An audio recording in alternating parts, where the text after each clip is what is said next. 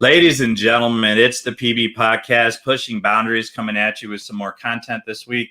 We had an election day podcast with you with Dana Goodyear. Today, again, not gonna disappoint as per usual. Election's still going on. I don't still have a president. I wish some states would love to get on their horses and count. Let's get this stuff done, because I don't know about you guys as an educator. We need to move on. I really think we need to move on here. So it's definitely something we got to talk about, but that's for another day. As you can tell, I'm very pink today. From my school, we had to be pink, be the change. So all the proceeds, yes, breast cancer awareness was last month, but we did it this month, not for breast cancer awareness, but just to be aware of other people that are in need. So all the proceeds from the shirts from the teachers and students buying them from our school went to local food pantries, local places that needed the help, needed the support.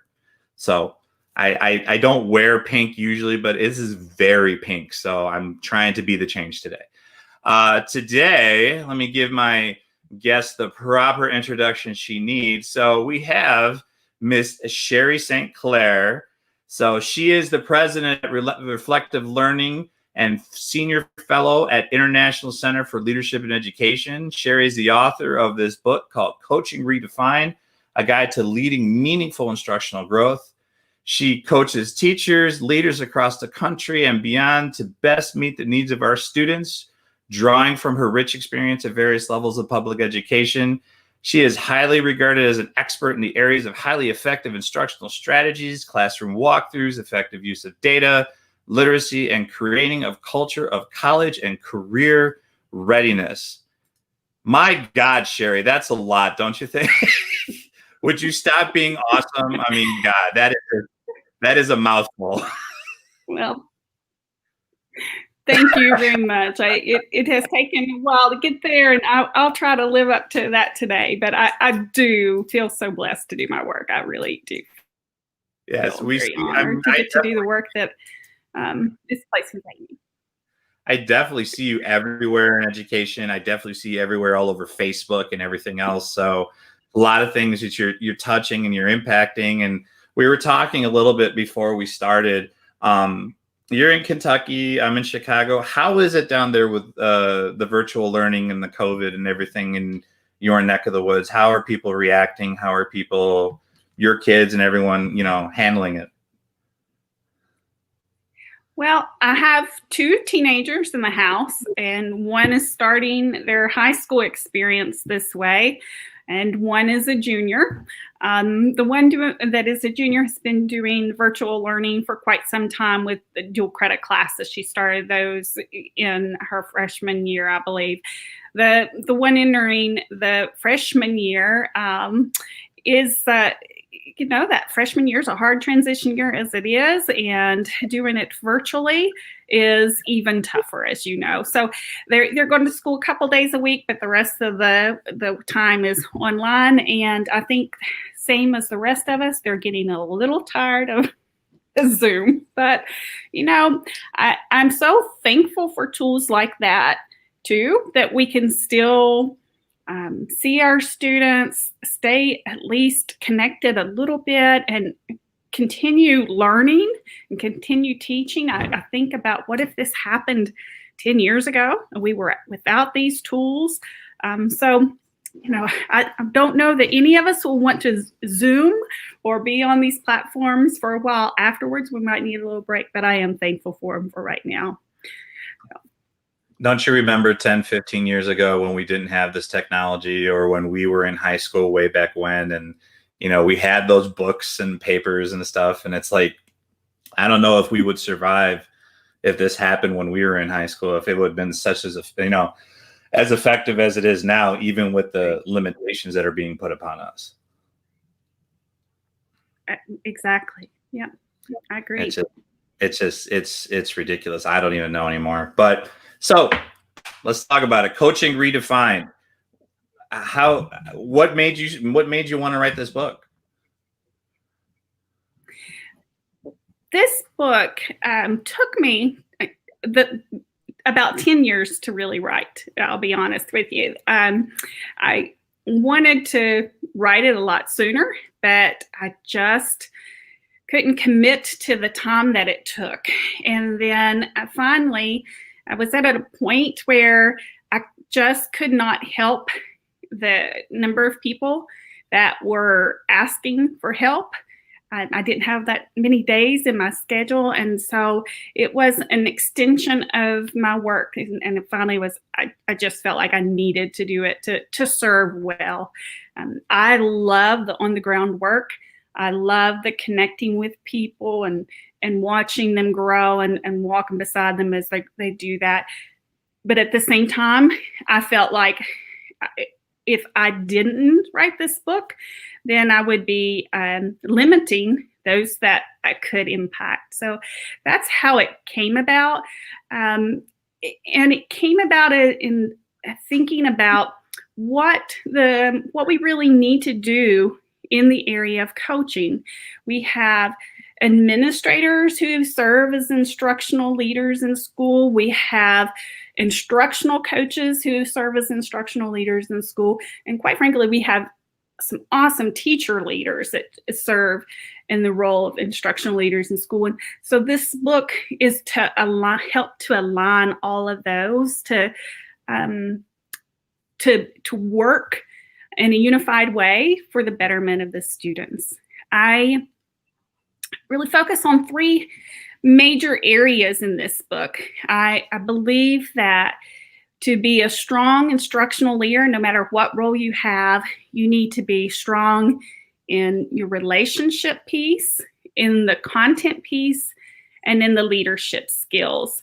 And those 3 pieces are woven throughout this book. And so that's really where the title came from. As I was talking about the book to someone, they said, well, you're really redefining the way we think about coaching.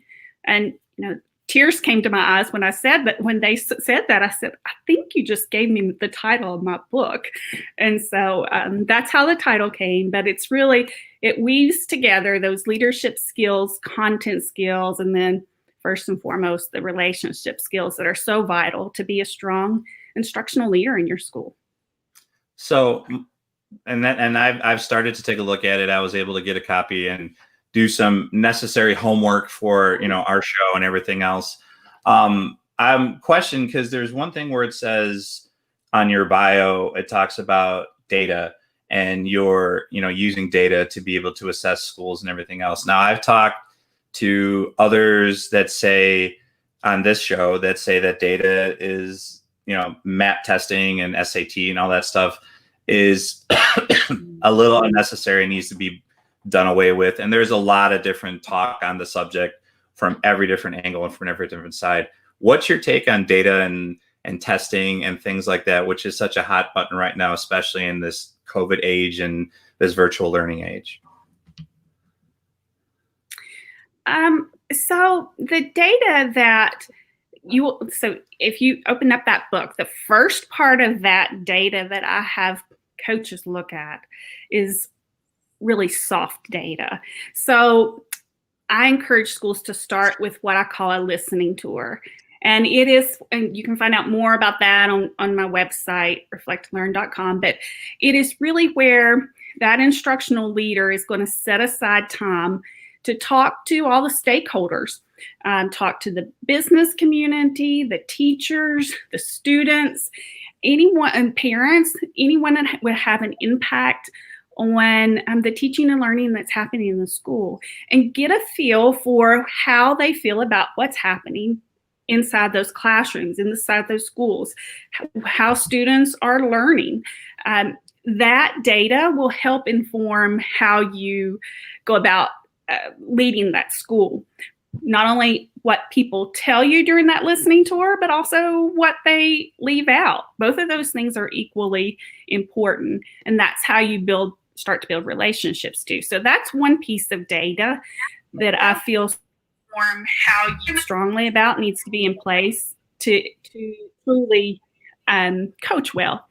And then another piece of data that I encourage people to look at is the World Economic Forum data. Now, that's not That's not your reading piece, or your reading test or your math test. These are the skills that the business world is saying that students need when they leave schools.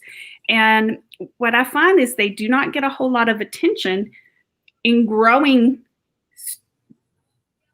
these skills inside of schools. So the World Economic Forum study, instead of asking colleges what do students need, like ACT scores or reading scores, they went out and they interviewed the Fortune 500 companies across the world and asked them, what skills do students need to master to be successful in the business world? And I weave those into my book and help schools focus on those skills, because they are skills that our students are going to need.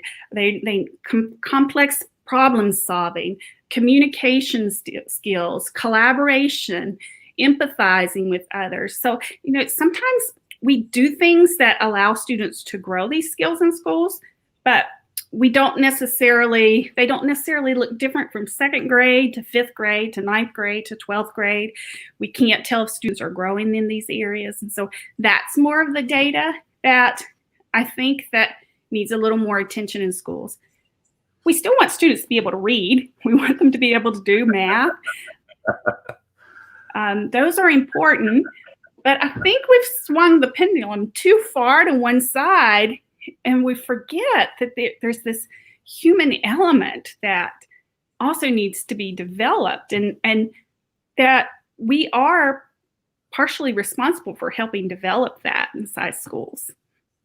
I definitely, that social emotional piece, I think is totally significant that we miss out on, and we kind of gloss over it. And, it's always data, and it's not, how the kid is learning and how the kid is growing as they progress through education. So I like that, because it really puts together what you're saying and really brings it to the forefront. So do this sometime. This is something that I did. I talked about in Jim Knight's recent conference, the Teaching and Learning Conference. I took those social emotional learning skills that Castle is so well known for putting out there. They're top in the field in that. And I put them beside the skills the World Economic Forum was telling us that our students really needed to be successful in the business world. You will be amazed at how many of those line up. Is say, if we focus on this social emotional piece, it will develop this piece that the World Economic Forum is telling us that our students need to be successful.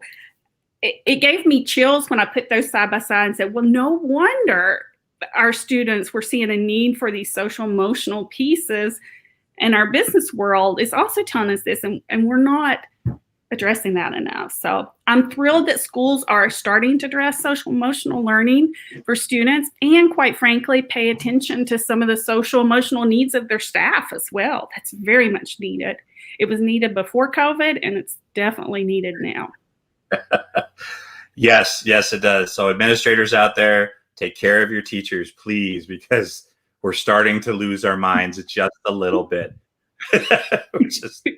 Just a little bit. It's okay. I mean, I'm still here teaching and going strong, but still some of the other teachers are starting to, snap on each other, and it's not good. So I don't know. What was I going to transition into? Reflective learning, your company, your baby, as it may.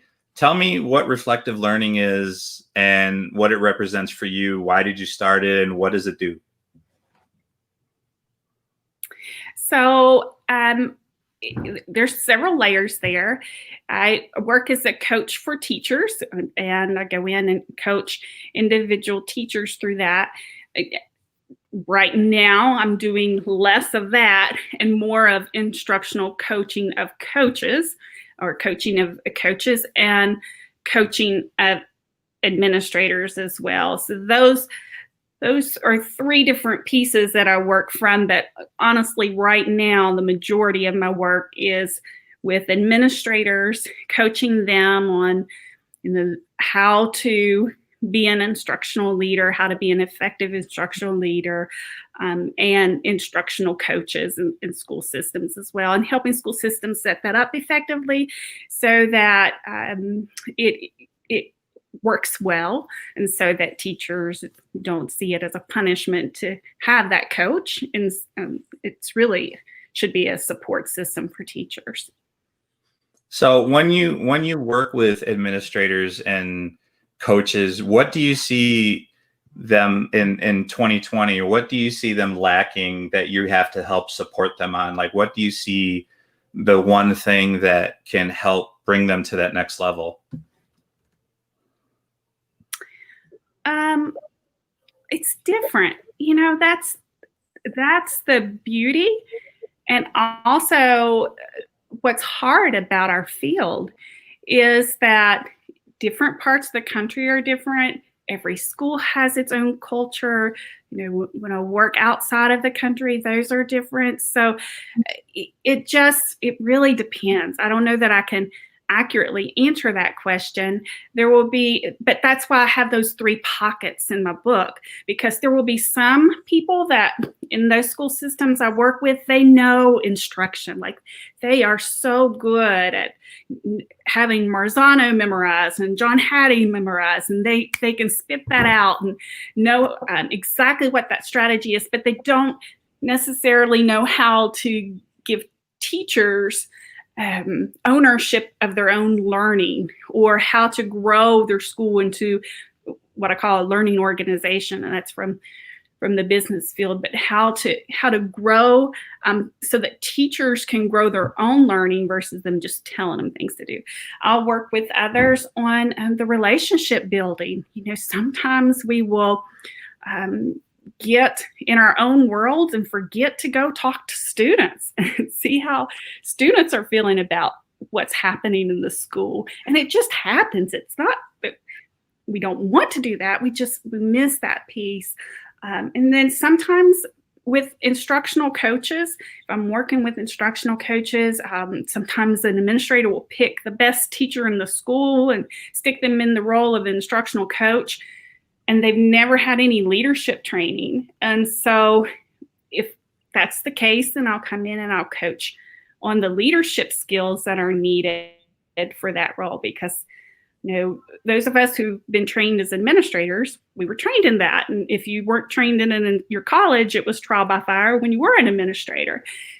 But sometimes we forget that instructional coaches who were just excellent teachers, they may not understand how to lead others who aren't doing the same things or as passionately as they are. So it really does go back to those 3 pockets, typically: relationships, leadership, and then that content piece.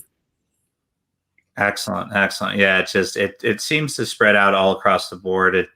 And that relationship, I see that relationship piece more and more, that it keeps coming up, especially in this time, since Zoom gives you that third wall to kind of hide behind, and you can't really see the kids or anything else. So it's really an interesting time for all. Being a boundary pusher like you are, what would your hope be for educators in going forward to push their own boundaries to be successful in virtual learning? Like, if you were to give us that guidance to say, this is what you should do to push the boundaries of your classroom to engage your kids, what would that be?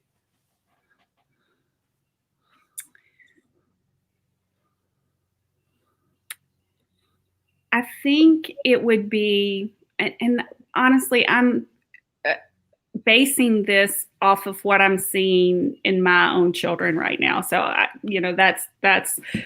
have to put that disclaimer up. Perfectly fine. But with my teenagers, one of the things that I'm starting to see is, like you said, teachers are starting to feel the tension of all this Zoom meetings. I think students are as well. And so just remember that they are humans and they get tired of this Zoom as well. And they need connections with each other. So pushing the boundaries, I would say keep giving them collaborative projects, not because it's going to be easy, but because it kind of forces them to connect with other humans. And I know that those are kind of tough right now. I'm a firm believer in project-based learning and all that it can bring to a child's life. But I know that's a little tougher in this virtual world. But I also, my son said today, I miss seeing my friends. And I think that we forget that they're also struggling with some of the same things that we're struggling with this. So, those breakout rooms that we can put them on, let them spend some time just on content, but also just to kind of connect. And then even to give them projects to where they actually have to call somebody on their phone and work on a project versus just texting them is okay as well. Those phones, they do make phone calls, even though I never thought about it that way. I'm just like, yeah, these things do call. They do make phone calls. So I do. I didn't even think about it. It's just like, yeah, just talk to them instead of all day long. It's one of those things where kind of we lose that connectivity, and I think we lose that ability to connect with everyone, teachers to teachers, students to students, and everything else. So being mindful of everyone's time to make sure that I don't keep you for a long period of time. Sherry, where can everyone find you on social media, reflective learning, all sorts of things, so they can contact you?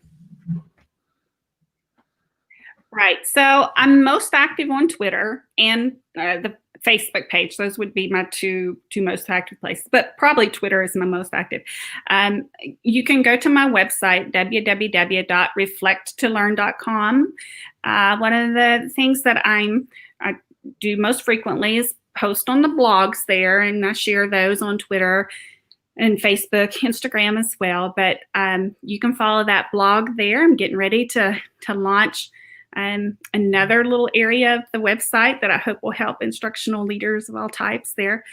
So website, and then Twitter at Sherry St Clair, and that's also Facebook at Sherry St Clair. You can find me there. And I would love to connect with you and continue learning. I just absolutely love to learn. So. Yeah, that's the one thing that's a good thing about our business is that it's always a learning thing. You learn things that are new every day and continue to learn as we go. So Sherry, I do appreciate your time today and your expertise on everything with reflective learning. So we do appreciate you at Pushing Boundaries. For me, I'm Silas Knowles, ZB Pirate. Definitely will come back with you for some more content next week. Just as an FYI for everybody, we are an audio podcast now, so you can find us on Anchor and Spotify if you just look up the PB podcast. And if you're more of a audio person, and listening to it on the phone in the car, you can get us there and download our episodes, or Facebook or YouTube, or pretty much everywhere nowadays with social media. So Sherry, we appreciate you. Have fun, and please be careful, be safe, and we'll see you soon. Thank you.